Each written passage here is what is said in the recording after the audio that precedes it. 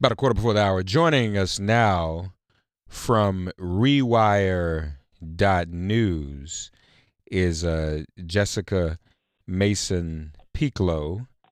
Jessica, we haven't talked in a while. How are you? I'm doing well, thanks. It's good to talk to you again. It's good to have you as well. So you've been watching these hearings very closely, obviously. I sure have. Um, One of the questions I asked in the last hour is if listeners thought that the new documents that have been released are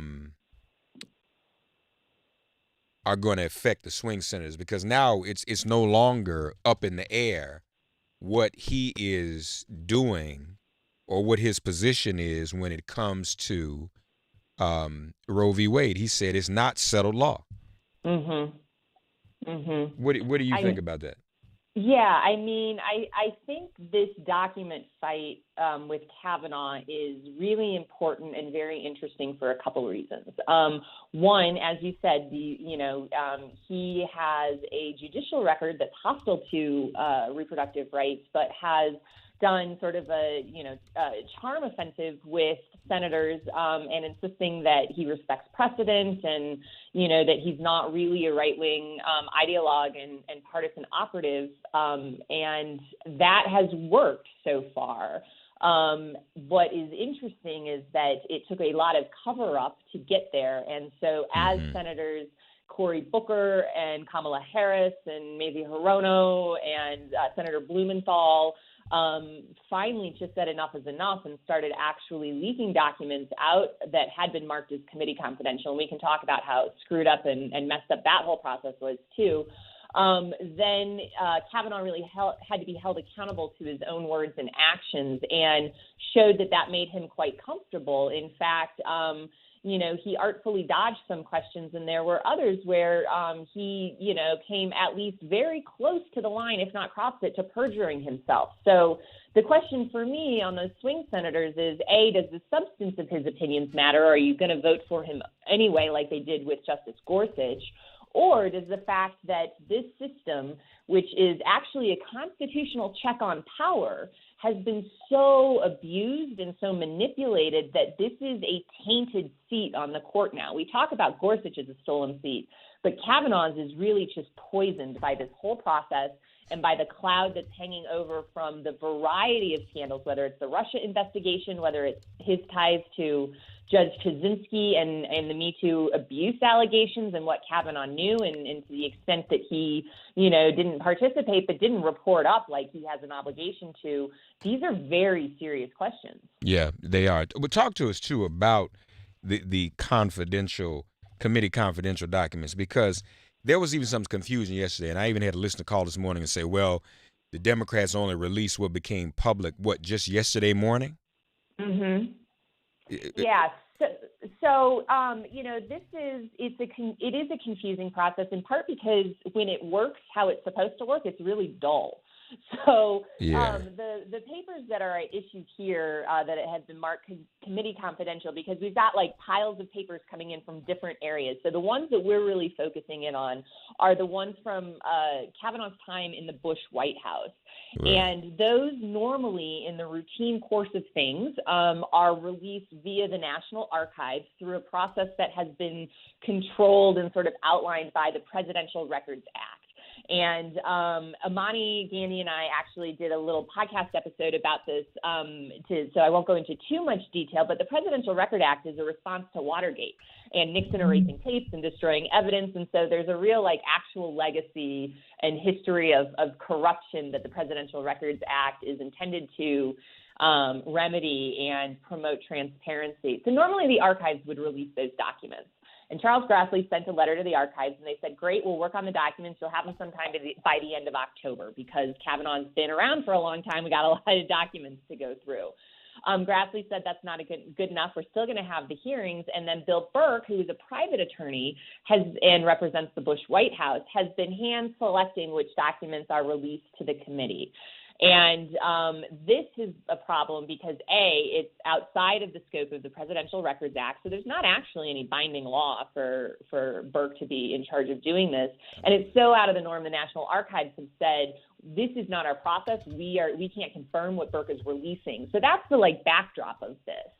And the Democratic senators on the Judicial Committee have been very frustrated by this process. It's meant that they didn't get a lot of documents. It's meant that as a result, Grassley and Bill Burke did things like the very start of the hearing the night before, they dumped 42,000 pages of documents on them at about 11 o'clock at night. And, very easy, intended to make sure that they can't do their job. And so some of the Democratic senators finally said enough is enough. And on the second day, towards the evening of questioning, hinted that they were, sort of asking questions around those documents. And then finally the next morning started leaking them. And now I've heard the same thing. Some folks are saying Senator Booker didn't really leak, that they were released right beforehand or whatnot. In my mind, that doesn't matter. Because the Democrats' play here worked. They rattled the Republicans enough to get the documents disclosed. Right. And if they were in fact leaked, then they dared the Republicans to expel the Democratic members of the Senate, because that's the remedy here. And to expel a sitting senator, that's 2/3 votes. So Senator Booker, Senator Hirono, those who leaked documents yesterday have absolutely dared Republicans to pull together 2/3 of the Senate to vote them out of office. And clearly that's not going to happen. They can't. No, they don't have the votes for that. Yeah, so it's a really, we talk about the Democrats being, frequently bringing a library book to a knife fight and those kinds of things. And they don't have the votes to block anything. But what we have seen over the last couple of days is finally the Democrats willing to use some process in their favor and to actually get in the mud and fight, because there's everything on the line with this nomination. I guess and I agree with you. They have to fight. Is there a way to beat this though? If Murkowski and Collins are already on record saying that they will not support a candidate who is anti-Roe, and these documents reveal he's pretty much anti-Roe. He's very cynical about Roe being settled precedent. Then what possible justification can they have in support? And that goes for Heitkamp and McCaskill as well. And I know Manchin is a whole nother thing, my God. But but even for him, does every woman in West Virginia want to get rid of Roe? I doubt it. Right. No, Roe is more popular than Brett Kavanaugh. We know that from just basic polling. I would love to believe that reproductive autonomy, that women's full human rights mattered. But what we're seeing is sadly that they don't. And they matter for the constituents, but they have not so far mattered for their elected representatives. And so on paper, are there numbers to block Kavanaugh? No, there's not. In fact, that's one of the reasons why Republicans are rushing through this nomination, is they know that there's really not a good way, absent some really good organizing and pressure politics like we saw in the repeal efforts around the Affordable Care Act when, that was thwarted. Absent that, there's, on the numbers, not a way to stop a Kavanaugh confirmation. Right. So we've got to really impress upon them the importance of doing that. He also will not commit to recusal if the Trump case comes up.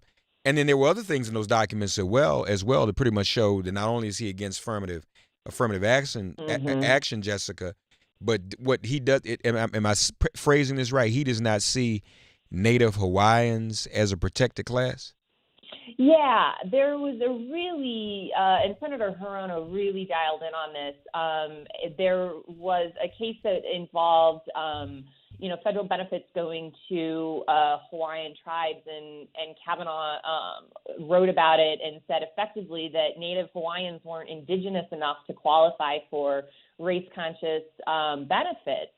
And this is in line with his entire view of race-conscious programs. In fact, when he was in the Bush White House, he helped advocate against affirmative action programs. Right. And he does this in the same way that John Roberts did with voting rights, in the sense of, in his Shelby County decision, saying that we're basically post-racial. And so Congress needs to come up with a new justification for elements of the Voting Rights Act. In Kavanaugh's view in the 90s, and it's amazing to me how they phrase it. It's so cynical. Is that in 20 years we'll all be one race under the eyes of the law, and that's really dangerous. It appeals to that white conservative sense of sort of I don't have quite the right phrase in terms of their view of race, but sort of that racial erasure that they do, and at the same time really ignores systemic and institutionalized disparities of power, which race-conscious programs are intended to address and do address. So this is to say that Kavanaugh is extreme doesn't do it justice. Kavanaugh doesn't just have extreme right-wing views in his judicial philosophy. He spent decades in public service being more or less a political operative. Mm-hmm. One of the things we saw in his documents from the time in the Bush White House is that while working on judicial nominations for Bush, some of whom were extremely conservative, like William Pryor to the 11th Circuit and Priscilla Owens to the 5th, both of who rule against abortion rights at every given opportunity, have called Roe an abomination, said it should be overturned as a black mark on the court's history, right. Those kinds of things. He was promoting and pushing and strategizing those nominees on the bench with an eye towards undermining Roe. Mm-hmm, so this isn't just he doesn't like it. He's got personal problems with abortion. This is a man who has dedicated a portion of his legal career to crafting a litigation strategy to undo Roe. And we heard that over and over and over again in his confirmation hearing, but he didn't say Roe. He said Plessy versus Ferguson and Brown versus Board of Education. And this is an important point. Plessy and Brown is an analogy that anti-choice activists use to talk about their campaign against Roe. And, Kavanaugh's going to get slapped on the back for saying Brown versus Board of Education is the most, the high water mark in the court's history. And it is absolutely, there is no qualms about that, but we should be very clear what he means when he says that. Yeah, that is very important. So it resumes it. What happens today? So today is a little different. The past 2 days we've had senators questioning Kavanaugh. Today we will hear from witnesses. So there's a panel of 5 witnesses. I think about 30 people are lined up to testify, and they come from both sides, the majority and the minority. Right. Some of the folks who are up are a Parkland shooting survivor, Rochelle Garza, who works with undocumented minors in Texas to get judicial bypasses and was the guardian in the Garza v. Harding case, that the abortion case that Kavanaugh dissented in, and some other folks. So it's less exciting in terms of the fireworks, but we will hear from impacted people, and I think that's very important. Follow Jessica at Hedgemami. I love your Twitter handle, always have, Hedgemami. Thank you. Keep up the great work, Jessica, and let's check in again as Absolutely. These hearings develop, okay? Thanks so much. It was so good to talk to you again. All right, good to talk to you as well. All right, folks, hope everyone is ready for the weekend. Watch these hearings. Contact your senators. Kavanaugh. All right, we're done with this. No Kavanaugh on the court. We can't afford it. We don't need it. It is far too dangerous. Perform an act of kindness on behalf of an elder, young person. Respect, honor, and protect all the women. Write a letter to a sister brother who just so happens to find her himself incarcerated. Offer libations to the ancestors upon whose sturdy shoulders we all now stand and whose eternal vigilance we humbly aim to emulate. And above all, give thanks to the God of your understanding by whatever name you call her and him. All God asks of us is that we give each other love. For all of us here on SiriusXM Progress, we hope we do our very best not only to offer you all of the love, but to make it plain. Peace.